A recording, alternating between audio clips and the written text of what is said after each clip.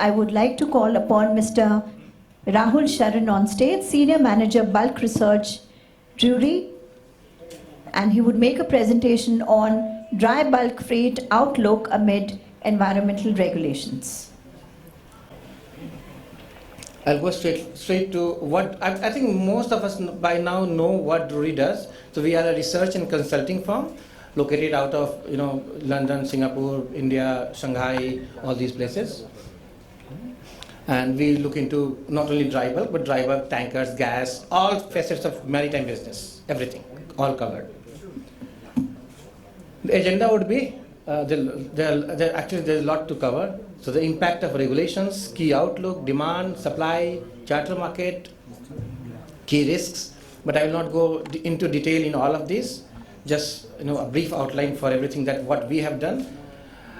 So before I go into how will the dry bulk market look like next year, this year, or 5 years from now, just a brief on how will the environmental regulations all across the globe is going to shape dry bulk freight outlook in years to come. So not going into detail of what environmental regulations are or how many of them are, just a brief brief overview. So for example, this is EU ETS, which has now come into effect this year in 2024, and we try to took some examples to understand how this is going to impact the overall freight cost. So we took 4 different size of vessels, 4 different routes for Cape sizes, Supramax and Panamaxes, and we try to look into it. And as we know that this year 45%, this is coming in the phase-in manner, so 45% this year, next year 75%, and by 2026 this is going to be applicable 100%. So all the ships which will be plying within Europe, they have to pay 100% of their carbon emissions, and those which are coming from outside Europe or going to somewhere which is not in Europe, they will have to pay 50% of their total carbon emission. So this is what the regulation says. And we try to do some rough calculations. So these are the calculations, as you can see. In most of the cases, when this goes full-fledged in 2026, in terms of total bunker cost at the given bunker prices, your bunker cost will inflate almost by 100%. So this is the impact of EU ETS that we are talking about at the moment. And then, as Amit also mentioned, and many people others also mentioned, that this might happen, that this is going to be a global phenomenon. We could have something like global ETS or something of that sort. In that case, this is significantly going to change the trade dynamics, the shipping structure. And at the moment, what we might see is that those ships which are emitting less carbon, they might go towards Europe. Those which are emitting more carbon, they might not go to Europe. So we are essentially talking about some fundamental shift in the trade patterns, the trade routes, for the dry bulk, for all the shipping industry. But I will focus only on the dry bulk side. And for example, the CII regulations, which has as we speak is in effect. This is the speed, not primarily only because of CII regulations, but some part of it has also to play, other regulations as well, the market fundamentals as well, all of them put together. As you can see that the ships had actually slowed down in 2023 a little bit, and when we see by end of December this year, we might see some more slowing down. So this is the average sailing speed, laden and ballast for all ship sizes. Over past 2-3 years, they have been actually slowing down. And now going into the overview. So all of this, the impact will be directly seen on the freight outlook. So these are some of the key numbers, the charter market. So what we do at Drury, we try to assess different scenarios. So we build 3 scenarios: base case, low case, and high case. And the entire research team sits together, discuss a lot. One of the key brain behind these numbers is Tanvi, sitting there. So, as per our base case scenario, the normal scenario, we believe that the rates might go up this year on an average compared to 2023. In 25, it could further go up. And I would like to differ with Amit that he had presented in the morning, the first presentation. when he said that till 2030 he's seeing the market to be very positive in terms of rate going up. They say that rates are either the forecasts are either wrong or grossly wrong. So anybody can go wrong in that sense. But we expect that 24 and 25, the freight rates or the charter rates in dry bulk industry will be higher than what we saw in 2023. Then, based on the high rates, and we have already seen some good, new building orders, coming in now. So we believe that these will build up over some time, and these new build orders that are on the place or will be placed now based on the high rates. We might see more deliveries taking place in 2026, 27, 28, and that might impact the overall supply scenarios. So the supply might grow more than demand, and in that case, from 26 onwards, we believe that rates should go down. So this is the crux of everything.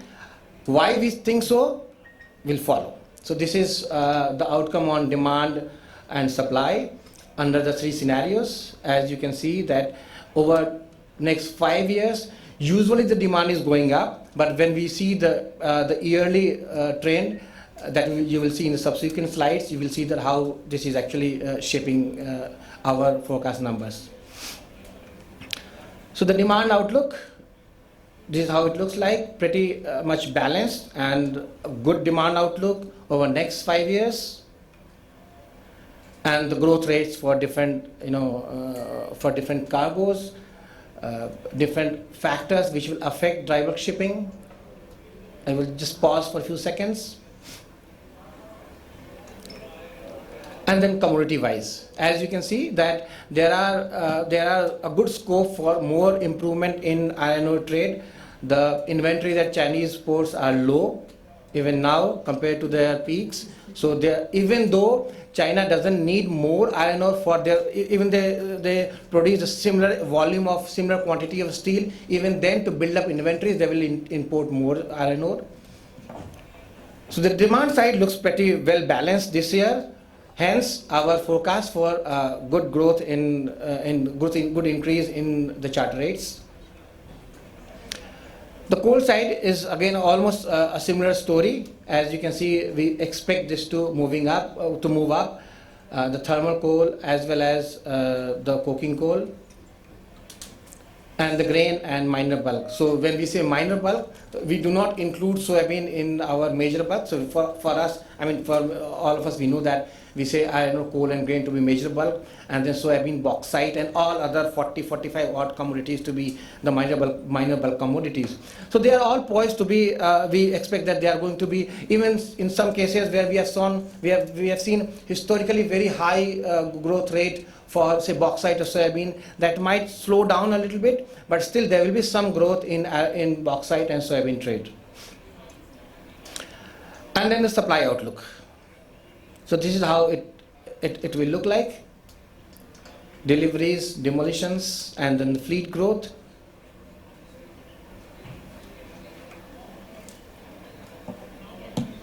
So the order book to fleet ratio is around 7-8%. Imagine, 10 years ago it was somewhere around 70%. From that level it has come down to 7-8%.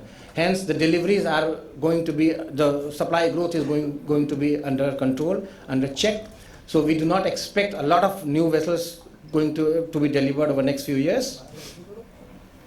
Based on the regulations, yes, the demolitions should increase in 2024 as well, and this should peak by next year when we will see a good impact of CII regulations, the ratings, all of them put together. We believe that we will see a lot of demolitions taking place now in this year and more next year, and then this will slowly come down, even though it will be relatively higher than what we have seen over past 3 years. And this is how supply demand balance looks like.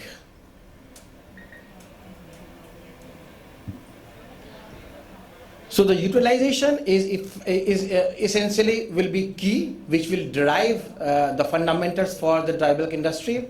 As of any industry, and this utilization is nothing but just the fundamentals of demand and the fundamentals of supply. And when we say supply, this is not only the fleet, but this takes into account the inactivities, the operating inefficiencies, the speed, all of them put together. So this supply versus demand, we expect this to move up till 2024-25, and then slowly the oversupply should widen after that.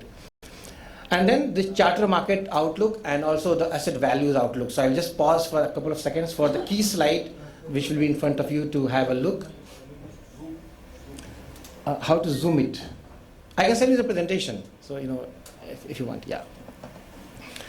So this is how the charter market and the second-hand values of this is a 5-year-old ship.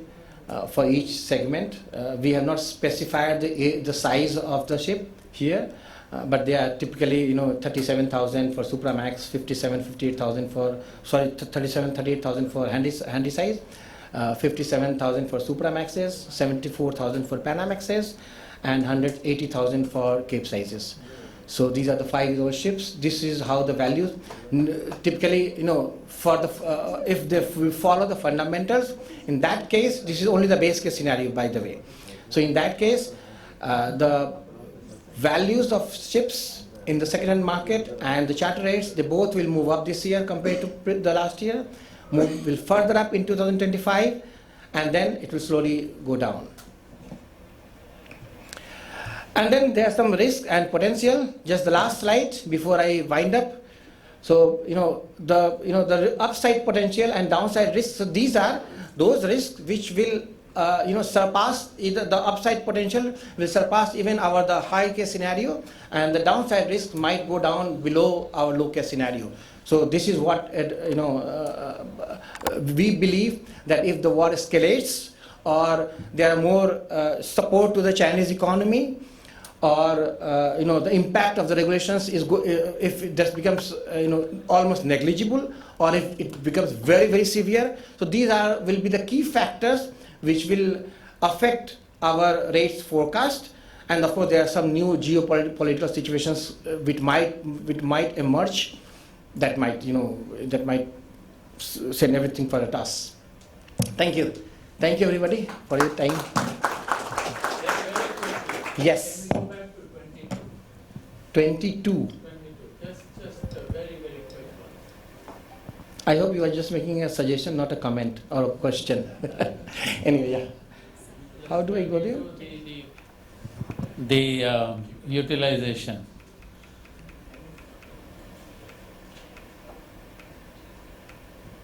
Yes, this one. If you can just make it bigger. Yes. Now here, when you're looking at the utilization in 2025, 26, 27. The dotted line is utilization. The dotted line, yeah. Yes. So this is all your base case utilization. Yes. That's it. So Yes. all this is base case. Only the base case here. Because it's not matching with the. No, of course not. Yeah. Okay. It's just the base case. The high case and low case we have, that we have kept for those who are the paid subscribers for Drury's reports. Anyway, thank you. Okay. Yes. Questions from audience? We'll take 2 questions, please. Just a quick one. The charter rates that you showed, does that includes the present geopolitical situations or no? Yes, it does include the current geopolitical situation. Yes, it just excludes that what if the Red Sea crisis, emerges as a full-fledged war and includes many countries. So it doesn't include that, but the present crisis, yes, it does include. Okay, thanks. Also it includes Trump. Yeah, Yes, very much. of course. Okay. One more question from the audience. Anyway, my email ID Okay. is here, so you can always write to me for any questions or suggestions. So, Okay, thank you. thank you, Mr. Sharan. And I invite on stage Mr. Dingra, heading the NMIMS Institute. Is Mr. Dingra with us? Please, I invite you on stage to help us felicitate Mr. Rahul Sharan.